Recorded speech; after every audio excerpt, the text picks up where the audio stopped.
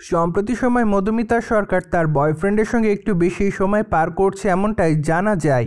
তাই তো বলাই বাহুল্য যে সামাজিক যোগাযোগ মাধ্যমে তার সঙ্গে তার বয়ফ্রেন্ডকে প্রতিনিয়তই দেখা যায়।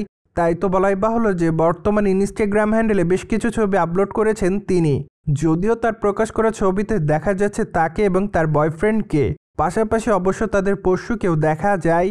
তাই তো বলাই বাহুল্য যে বর্তমানে মধুমিতা তার পশুকে নিয়ে এবং তার বয়ফ্রেন্ডের সঙ্গে বেশ ভালোই সময় পার করছে, যার বেশ কিছু মুহূর্ত সম্প্রতি তার ভক্তদের সঙ্গে শেয়ার করেছে নায়িকা। তাছাড়া ছবিগুলো প্রকাশ্যে আসার পর তার দর্শকদের কাছ থেকে প্রশংসা পাচ্ছে তিনি।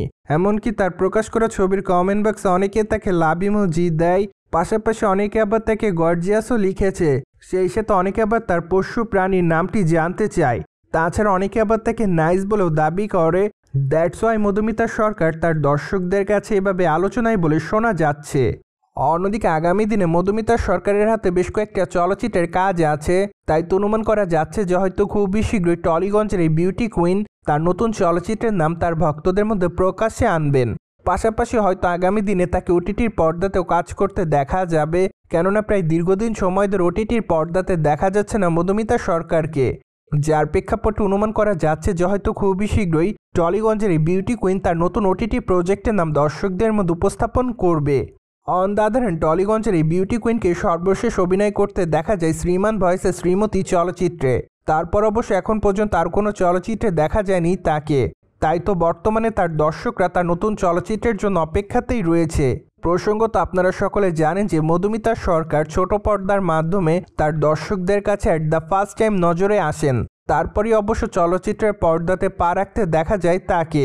যদিও প্রথম চলচ্চিত্র অনেকটা খোলামেলা অবতারে দেখা গিয়েছিল এই সুন্দরী তারকাকে।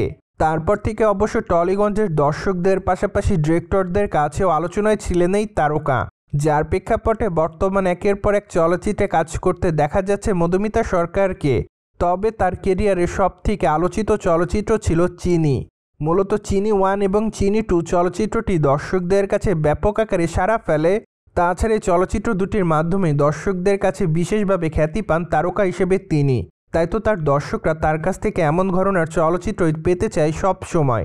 সো দর্শক, আপনার কাছে আসলে মধুমিতার কোন চলচ্চিত্রটি সবথেকে ভালো লেগেছে তা অবশ্যই আমাদের কমেন্ট বক্সে জানাতে পারেন। And subscribe our channel for more update.